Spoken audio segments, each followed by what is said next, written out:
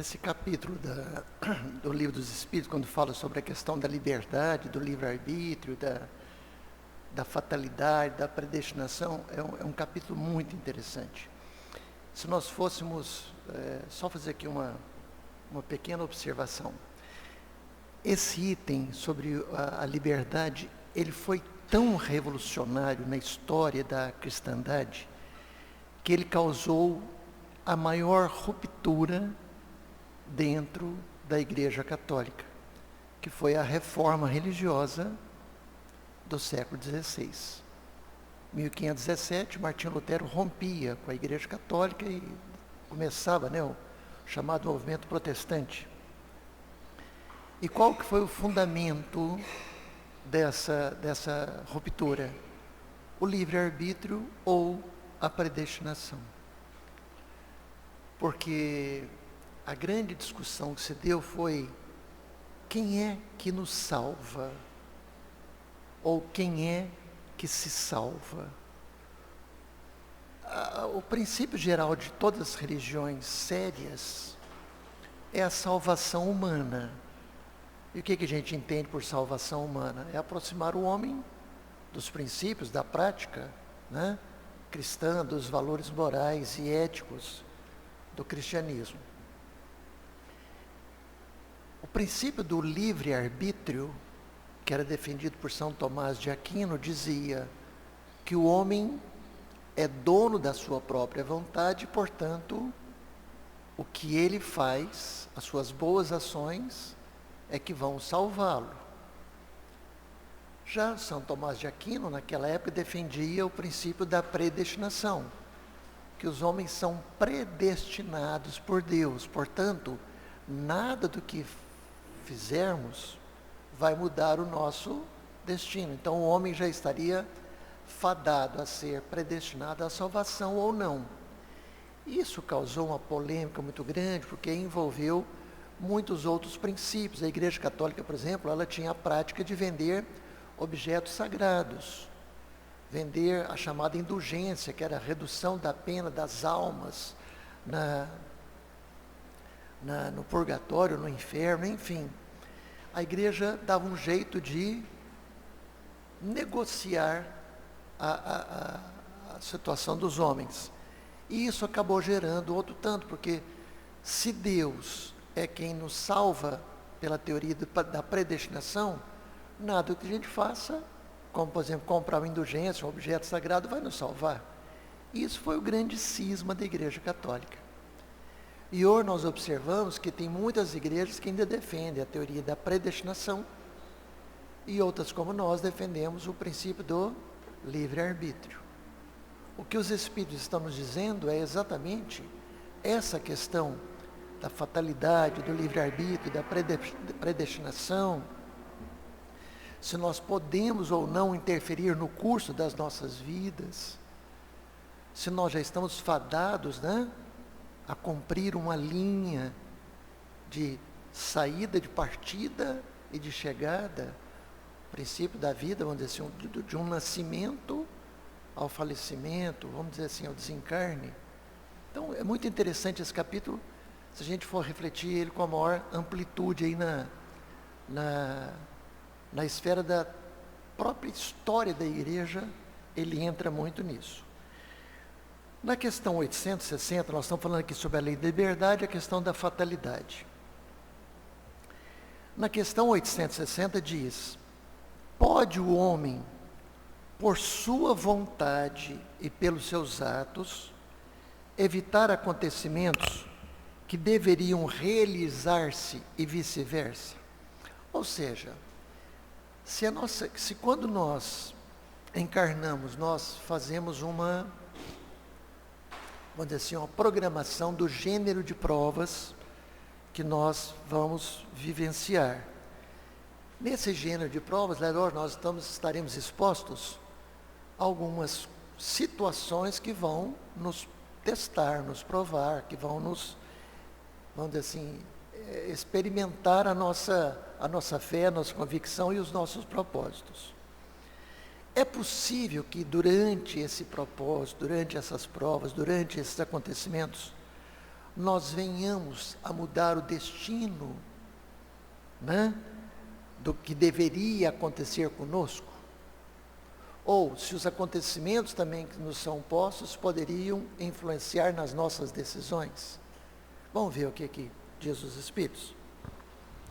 Pode, desde que esse desvio aparente possa caber na ordem geral da vida que ele escolheu.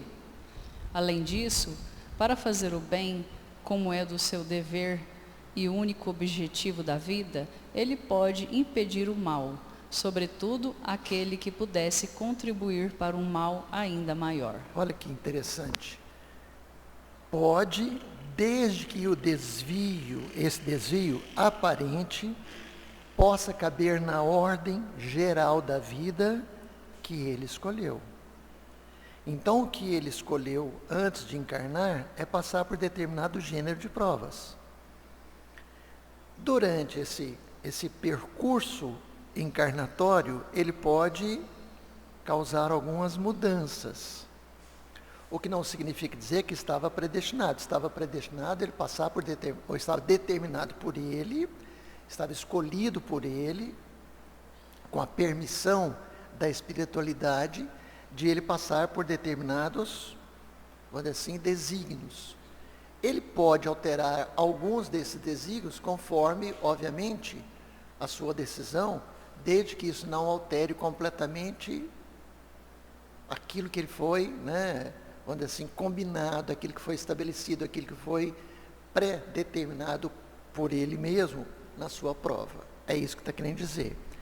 E isso é interessante, que isso possa impedir um mal maior. Está aqui, ó. Para fazer o bem, como é o seu único dever e o único objetivo da vida, ele pode impedir o mal, sobretudo aquele que pudesse contribuir para um mal ainda maior. Lógico que isso tem o quê? A permissão da espiritualidade, isso tem a conivência, né, dos seus anjos da guarda, tem o seu livre-arbítrio de tomar decisões positivas, para que ele pudesse o quê? Evitar um mal maior. Então, essa ideia de que nós somos predestinados e tudo que nós vamos fazer já tem um destino pré-estabelecido, não corresponde à verdade. Nós somos donos do nosso destino, nós somos donos das nossas ações, nós somos donos da nossa vontade, tá? E a gente pode, obviamente, contribuir para que os fatos que nos venham à vida, nós evitemos, para que a gente não se comprometa ainda mais. É lógico que a gente sabe que em muitas situações que nos ocorrem, às vezes nós estamos tendentes, vamos dizer assim, a tomar uma determinada atitude, seja por uma convicção ideológica, seja por uma convicção social, seja por uma influência social, seja pelo meio em que vivemos. E aí nós temos aquela percepção, aquela intuição, aquela vontade, aquele desejo de tomar outras decisões. E a gente evita um mal maior, é isso que às vezes nos acontece. Muitas vezes isso não nos acontece uma vez ou outra. Isso é bem frequente nas nossas vidas. É termos esse discernimento, esse livre-arbítrio, essa vontade racional de tomar as medidas corretas. Ficou claro ou não? Para todo mundo? Ficou? Na questão 861, diz: o homem que comete um assassinato sabe, ao escolher a sua existência, que se tornará assassino. Então veja, nós acabamos de falar nessa questão do homem ter o espírito, né? Diante de um processo encarnatório, ele fazer o que? As suas escolhas. Então, ele, por exemplo, ele precisa combater um vício. Se ele nascer num ambiente sem nenhum risco de vício, ele não estará fazendo o menor esforço para ser testado naquela sua provação. Então, normalmente, ele vai conviver num ambiente que tenha facilidade de acesso a essas questões de vícios para que ele seja testado. Se ele for, vamos dizer assim, né, mais tendencioso ao vício, ele pode fraquejar e permanecer nele. Tá? Ou não. Aí ele se livra dessa, vamos dizer assim, ou ele é aprovado nessa situação que ele escolheu. Aqui é uma situação mais complicada, de um assassinato. O homem que comete um assassinato sabe, ao escolher a sua existência, que se tornará assassino. Aqui não está dizendo o homem que cometeu um assassinato, não é em outras vidas. O homem que nessa vida, numa existência, comete um assassinato, ele sabe que durante a sua existência, ele se tornará um assassino. Não é que ele vem com a tendência de assassinatos, não. Ele cometeu. Será que ele sabia que ele ia ser um assassino? Vamos ver o que diz a resposta. Não. Sabe apenas que ao escolher uma vida de lutas, terá a probabilidade de matar um de seus semelhantes, mas ignora se o fará ou não, porque estará quase sempre nele tomar a deliberação de cometer o crime. Isso, deixa eu só fazer uma pausa aqui. Ele não sabe. As provas que ele escolheu vão dar a ele probabilidades dele cometer o crime. Isso ele já sabia.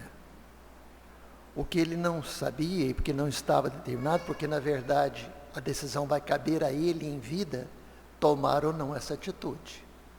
Portanto, antes dele nascer, ele sabia, olha, ele vai passar por determinadas situações problemáticas, extremamente delicadas, ele será testado, ele será, vamos dizer assim, né, levado ao limite da tolerância até que ele perca essa tolerância e cometa um crime.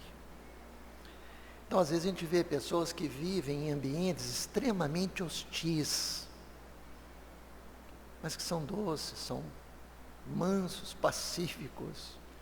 Tem outros que, por muito menos, e talvez por situações menores, perdem, vamos dizer assim, a cabeça e cometem um assassinato.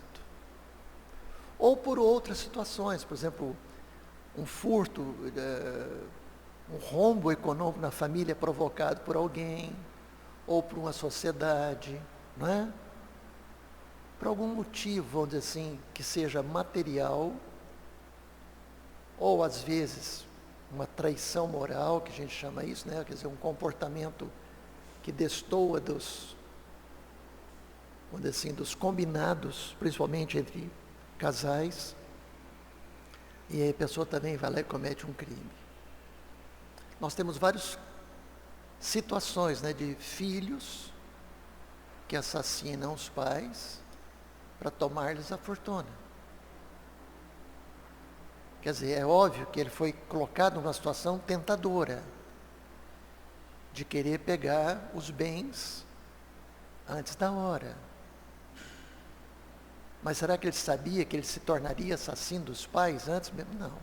Ele vivenciaria, ele saberia que vivenciaria aquela situação. Mas a decisão coube a quem? Ao espírito, à pessoa, ao encarnado, vamos dizer assim, né? Por favor. Ora, aquele que delibera sobre alguma coisa é sempre livre de a fazer ou não.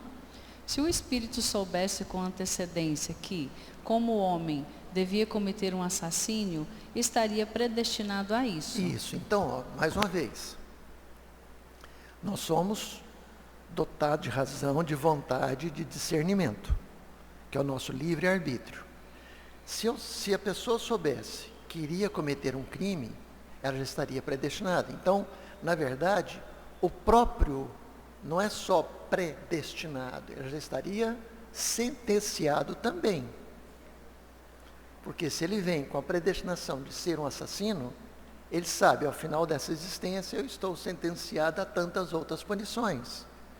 Então nós não teríamos sequer a possibilidade do progresso moral, intelectual, espiritual, vamos dizer assim.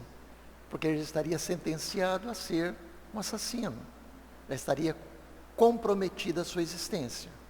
O homem é sempre dono das suas decisões, dos seus pensamentos, das suas ações, das suas palavras, né? Vamos lá.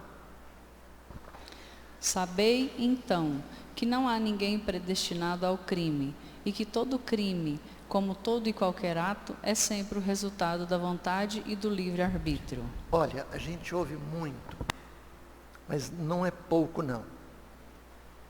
Olha, aquele fulano, ele já veio com a marca de ser um criminoso. Ele já veio com a marca de ser essa pessoa assim, de tal jeito. Já nasceu assim. Com certeza, muitas vezes a pessoa traz uma bagagem espiritual de outras tantas existências, onde ele passou por situações semelhantes. E o espírito, logicamente, é um só. A roupagem corporal é que são outras. Se ele estiver num ambiente em que ele seja estimulado, né, que ele se veja, vamos dizer assim, no impulso de tomar algumas atitudes, deve tomar. Mas a decisão coube a quem? A ele. Ele sabia de antemão que ele passaria por situações de provas, que ele correria o risco disto. Ele não tinha certeza de que se ele cometeria ou não o crime. Mas tendo cometido, a decisão foi dele. Não é porque isso estaria o quê? Predestinado. Então não existe essa de que a pessoa nasceu, já predestinada a ser um assassino, um bandido, um assaltante, um marginal, um estuprador, um isso, aquilo. Não, não tem. Ele pode trazer as tendências. Pode ter escolhido provas difíceis, mas a decisão caberá a ele. Por favor. De resto, sempre confundis duas coisas bastante distintas: os acontecimentos materiais da existência e os atos da vida moral. Se há fatalidade, às vezes é apenas no tocante aos acontecimentos materiais, cuja causa está fora de vós e que são independentes da vossa vontade. Quanto aos atos da vida moral, emanam sempre do próprio homem, que tem sempre, por conseguinte, a liberdade de escolha. Para os seus atos não existe jamais a fatalidade. Olha que bom. A gente está fazendo aqui uma distinção entre fatalidade, vamos dizer assim, dos atos materiais e das questões morais, né? Se você não tem a menor tendência a ser um investidor no mercado imobiliário, e você se arrisca a comprar terreno, construir prédios, construir casas, sem a menor competência para isso. Você não conhece de construção, você não conhece de preço, você não conhece a concorrência, você não sabe se aquele bairro é um bairro que tem uma boa aceitação de venda, mas você resolve ir nele. Você resolve falar, não, tem gente que ganha dinheiro, eu vou também. E deu tudo errado. É uma fatalidade material, concorda? Mas que você optou por fazer. Você sabia que você não tinha competência, mas você resolveu ir. Outras vezes acontece de ter um desastre natural e acabar com tudo que você tem. Isso não depende da nossa vontade, mas as questões morais dependem de nós. As decisões morais são nossas. As atitudes, né? Os atos que dizem respeito à nossa evolução ou não, está relacionado ao nosso discernimento, à nossa vontade. Dito isso, a gente pensa assim, né? Como é que eu vou saber o que é o certo e o que é o errado? A gente tem uma... A gente sabe o que é errado, sabe? A gente sabe, a gente tem uma intuição do que é errado. A gente talvez não possa mensurar a dimensão do erro, mas a gente tem vamos dizer assim, um termômetro, né, que diz, olha, isso não é o correto. A gente tem uns princípios que a gente aprende em família, na sociedade, na religião. que vão nos dando os dizeres, o que a gente pode fazer, não é? E eu estava pensando aqui sobre aquela questão aqui anterior, em que o homem pode tomar atitudes que mudem as suas vidas. Tem um vídeo circulando aí nas redes sociais, que é um vídeo muito bonito. É de uma professora, e isso me sensibiliza, porque, né, como professor que eu sou, e é uma professora que está num hospital, não sei se chegaram a ver esse vídeo. Ela está no hospital acamada, recém-operada, e ela recebe uma carta de um aluno, dizendo: olha, professora, eu fui seu aluno lá nas séries iniciais, e eu sei que eu era muito difícil, e ninguém apostava nas minhas fichas, vamos dizer, na minha vida. Mas a senhora fez a diferença. A senhora sempre me apoiou, e eu tinha tudo para dar errado. E a senhora conseguiu alterar. Eu sei que a minha família foi assim, uma família difícil, ele colocando na carta. E não tinha muito apoio, não tinha muita compreensão, não tinha estímulo, mas a senhora fez essa diferença. Nisso que ela está lendo a carta, ela fica assim: quem será que está me escrevendo isso e tal? Aí, de repente, ela deitada na cama, no hospital, entra um médico no quarto dela e senta-se atrás dela, mas não se apresenta, ele fica quietinho.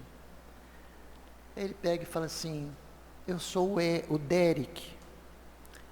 E ela então se empolga e fala: nossa, o Derek, ele era custoso mesmo, ele era muito levado, mas ele sempre foi um menino muito obstinado, muito persistente, e eu sabia que ele ia ter um futuro diferente. Aí ela continua a carta: olha, eu passei por muitas mudanças na vida, situações dificílimas, mas eu tive a perspectiva das palavras que a senhora sempre me disse, e hoje eu sou um cirurgião,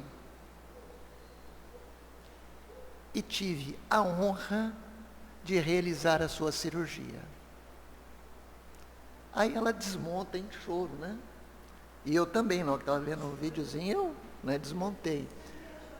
E ela pegou e falou assim, e na carta ela fala assim: e olha, não se preocupe, todas as suas despesas do hospital já estão pagas. E ela abraça a carta e fala: nossa, eu como professora não tenho recurso, ele pagou minha cirurgia. Ô, Derek, que amor, muito obrigado. Na hora que ela vira para o lado, ela vê o rapaz.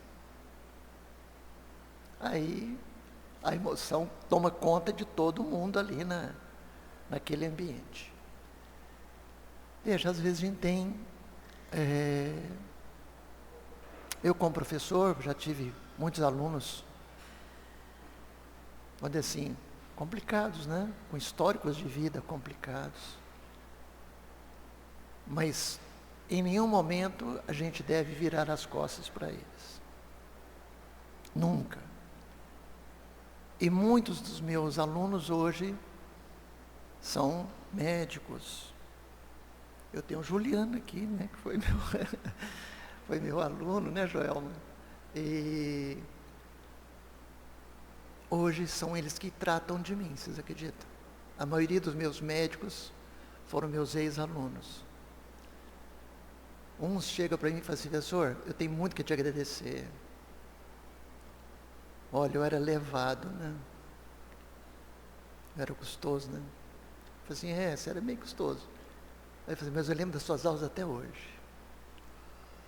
Então a gente vê que nossa vida não é uma linha reta que você sabe que você vai cair, que você vai tombar, que você vai tombar para um lado, vai tombar para o outro, que você... Não. Existem pessoas nessa vida que te auxiliam, que você se deixar ouvir, né? O que as pessoas dizem também vão te contribuir. E eu particularmente acho que a minha profissão como professor é uma das profissões que mais possibilitam esses êxitos, porque a gente convive com uma multiplicidade de pessoas ao mesmo tempo. Uma sala de aula é sempre isso, né? São muitas personalidades. E a gente tem que saber reger isso de tal maneira que ninguém saia ofendido e nem a gente, né? Então é um aprendizado de dois lados. Então eu lembrei dessa passagem aqui, desse vídeo, conta essa relação de que a gente pode alterar o destino desse rapaz, o Derek, no caso do vídeo, que é um relato verídico, mudou por completo a vida dele, né? E ele ainda teve a gratidão de auxiliar e responder ali a sua professora, né?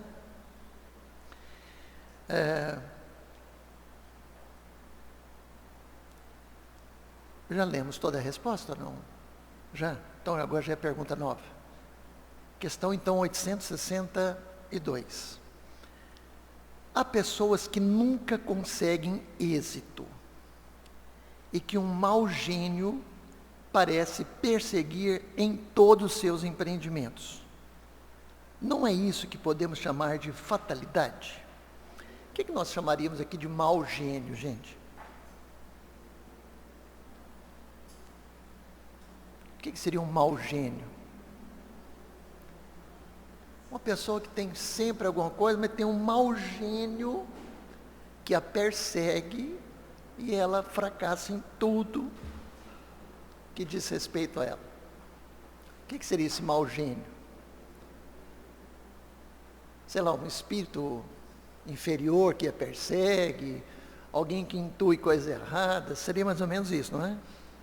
Como se ela tivesse uma presença, ou ela mesma, né, procurasse essa presença, um obsessor, né, que vai prejudicá-la. Vamos ver a resposta.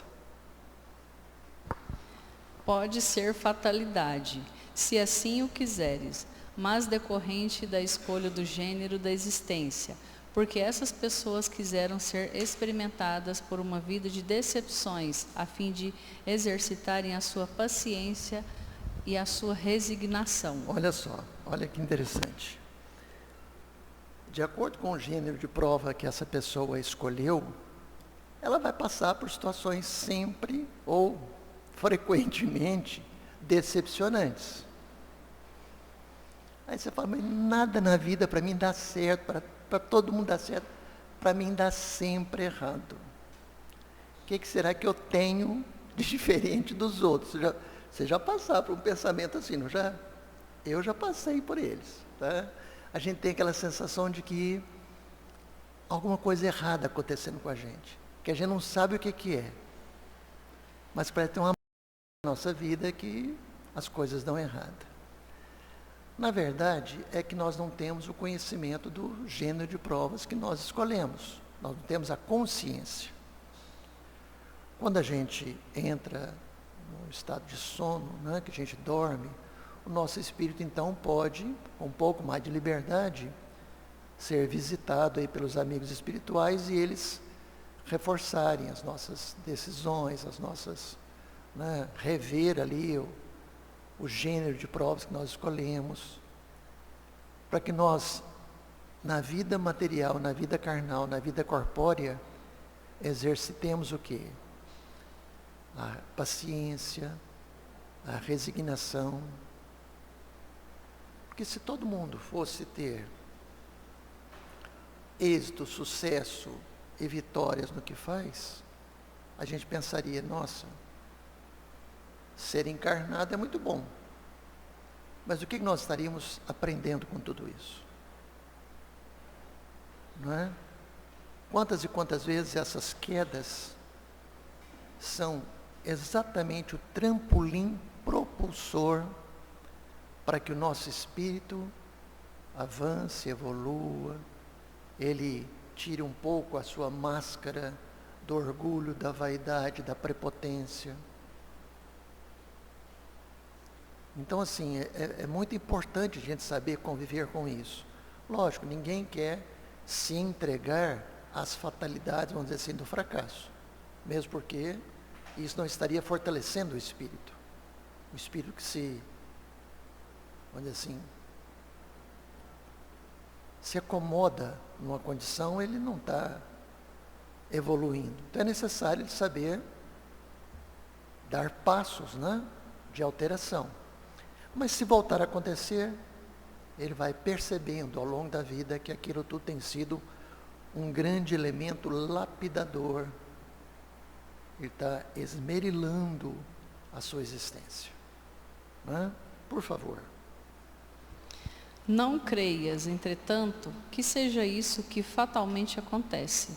Muitas vezes é apenas o resultado de haverem elas tomado um caminho errado, que não está de acordo com a sua inteligência e suas aptidões. Isso, então, ó, nós temos um exemplo agora há pouco de alguém que queira investir no ramo imobiliário e ela não tem capacidade para isso. Se deu errado uma vez, deu errado duas vezes, deu errado três vezes, ela fala, nossa, mas por que comigo dá tão errado e com os outros dão certo?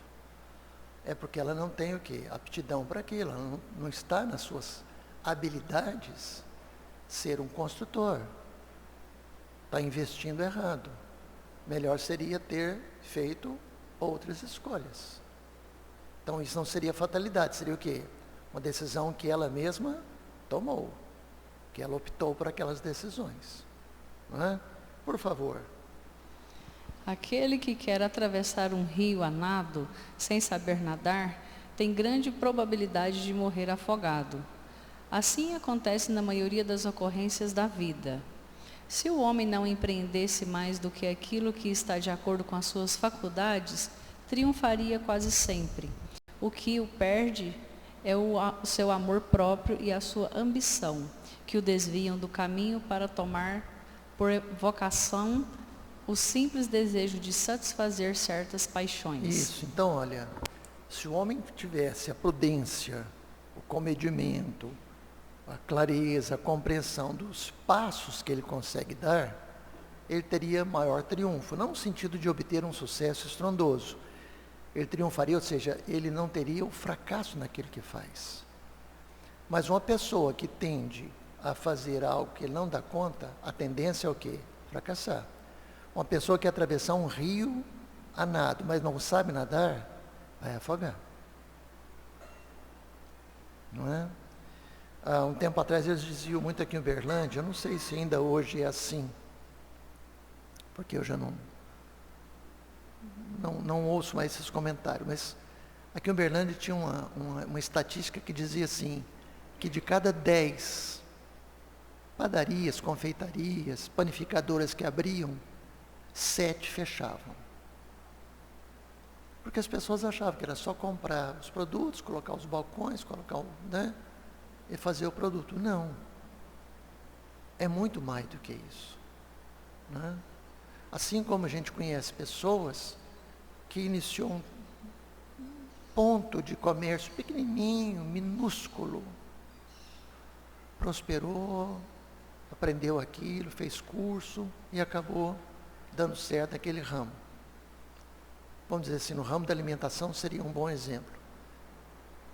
Enfim, se a pessoa não tivesse tanta ambição, tanta vaidade, tanto desejo, um crescimento exagerado, e apostasse todas as suas fichas materiais naquele empreendimento, talvez ele tivesse melhor êxito se fosse com mais calma. É o que está dizendo aqui. Não é? Você quer falar alguma coisa?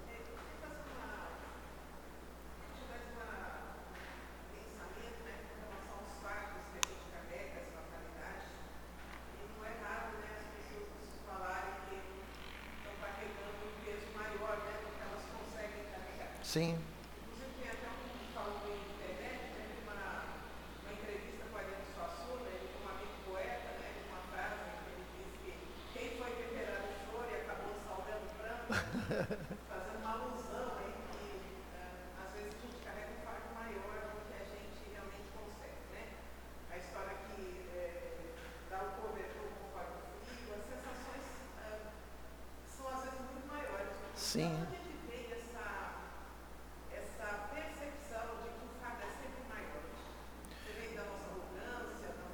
Olha, a gente sempre, o fato é que a gente sempre mira o outro. A referência é sempre o outro, né? Por que aconteceu comigo e não com o outro, não é? Eu tive um colega que é muito isso. Eles tinham vários irmãos e eles montaram uma fábrica de sapatos juntos. E um deles era assim, era bem, vamos dizer assim, o termo dele era bem mala na vida, sabe? Cheio de fazer gambiarra. Naquela época tinha muito tal do cheque predatado. Ele esparramava esse cheque pro teu lado, pegava dos outros e o cheque não tinha fundo, enfim. E ele era custoso, ele era levado, vamos dizer assim, sapeca. E o irmão dele não, o irmão dele era muito certinho, com a vida certinho, família certinho, trabalhando. E o irmão dele pegou um câncer que foi fatal. E ele no hospital com o irmão dele, falou assim, fulano, eu fiz tudo errado na vida, cara. E estou com a saúde que é um brinco. E você fez tudo certinho na vida e está aí morrendo. Ele falou assim, eu acho que Deus errou na pessoa, né? Aí ele virou para o irmão dele e disse, olha meu irmão, nós trabalhamos muito para a gente, inclusive, obter um carro novo, para a gente poder sair na rua de um carro zero. Ele falou assim, sabe o que eu queria hoje? Um tênis e um short, um calção, para poder andar. Eu não queria ter um carro, eu queria andar. Ele falou assim, em termos de fazer as coisas certas na vida e errada, eu não fiz mal para ninguém, mas eu não fiz bem para ninguém. Então eu acho que eu estou no ponto morto, né, da vida. Então a gente sempre compara com os outros, a referência é sempre os outros. Ele, naquele momento, ele fez uma reflexão sobre ele, né? Lógico que ele não falou ali de gênero, de prova, não falou nada disso. Ele falou assim, olha, eu não fiz mal nem bem, mas provavelmente estava para ele passar. Como tem muitas pessoas que têm na vida acometimentos como perdas, doenças, desilusões afetivas, desilusões familiares, desilusões financeiras, e continuam firme e forte trabalhando e prestando e servindo. E tem outros que por qualquer momento elas desabam. Então, é o que você falou, às vezes é o orgulho, é a vaidade, é a soberba, né? É o desejo de sempre ter sucesso. Tem um poema do Fernando Pessoa que se chama Poema em Linha Reta, não sei se alguém aqui conhece. Depois eu gostaria que vocês pudessem vê-lo. Ele diz assim, nunca conheci na vida alguém que tenha fracassado. Todos os meus amigos são super bem, nunca foram traídos, nunca passaram vexame, nunca foram humilhados, e eu sempre humilhado, sempre rebaixado. Então, na verdade, as pessoas sempre querem ter o quê? A exposição de serem super, né? Super isso, super aquilo. Nós somos todos tão simplesinhos, né? A gente precisaria de ter um pouco mais dessa humildade para não ficar achando que tudo que acontece de errado é fatalidade. Na verdade, é às vezes a nossa própria imprudência, é o nosso próprio erro, é o erro das nossas dimensões, é não saber o que está fazendo e querer fazer. Não é? Por favor. Então, fracassa e a culpa é sua, mas em vez de reconhecer o erro, prefere acusar a sua estrela. Há o que teria sido um bom operário, ganhando honradamente a vida, mas se fez mau poeta e morre de fome. Haveria lugar para todos, se cada um soubesse ocupar o seu lugar. É isso, né? Fabiana, é isso? Ó, quero agradecer a leitura, né? A Poliana que nos ajudou, a participação, mas é aquilo que está dizendo aqui, ó. Seria bem melhor a gente fosse um operário ganhando a vida honestamente do que tentar ser um poeta e não dar conta de sobreviver. Quer dizer, não é a habilidade dele, né? Aí fatalmente vai dar errado. Gente, não tem jeito, né, Fabiano? Gente, eu agradeço muito a vocês aí a paciência de nos ouvir, né? E que a gente vai aprendendo. Tchau, tchau. Fabiana, obrigado, querida.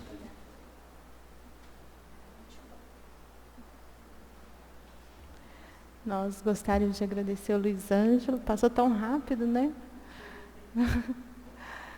E nós vamos então finalizando, convidando os nossos irmãos passistas e nos preparando para o passe. E vamos orar, agradecendo estes momentos de iluminação das nossas almas, desse conhecimento que nos traz a lei de causa e efeito, as nossas livres escolhas, mas que têm consequências que nos trazem aprendizado.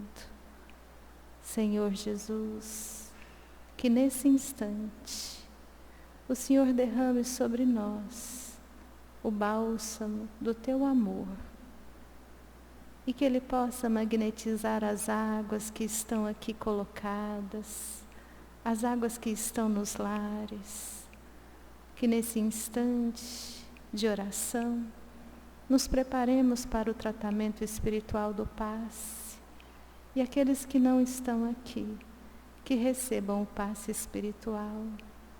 Lhe rogamos por esta semana, que seja uma semana de muita luz, de muitas bênçãos, que possamos encontrar no íntimo da consciência as nossas melhores ações.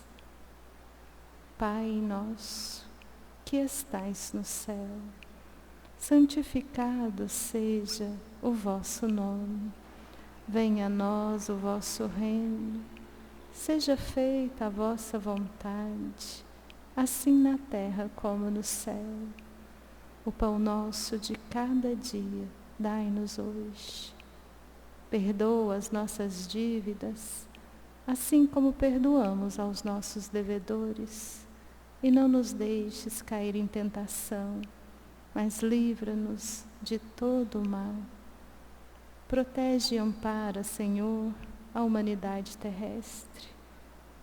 Que nesse momento cada coração possa sentir a Tua presença, seja de que forma for, mas que possa palpitar em si a essência divina.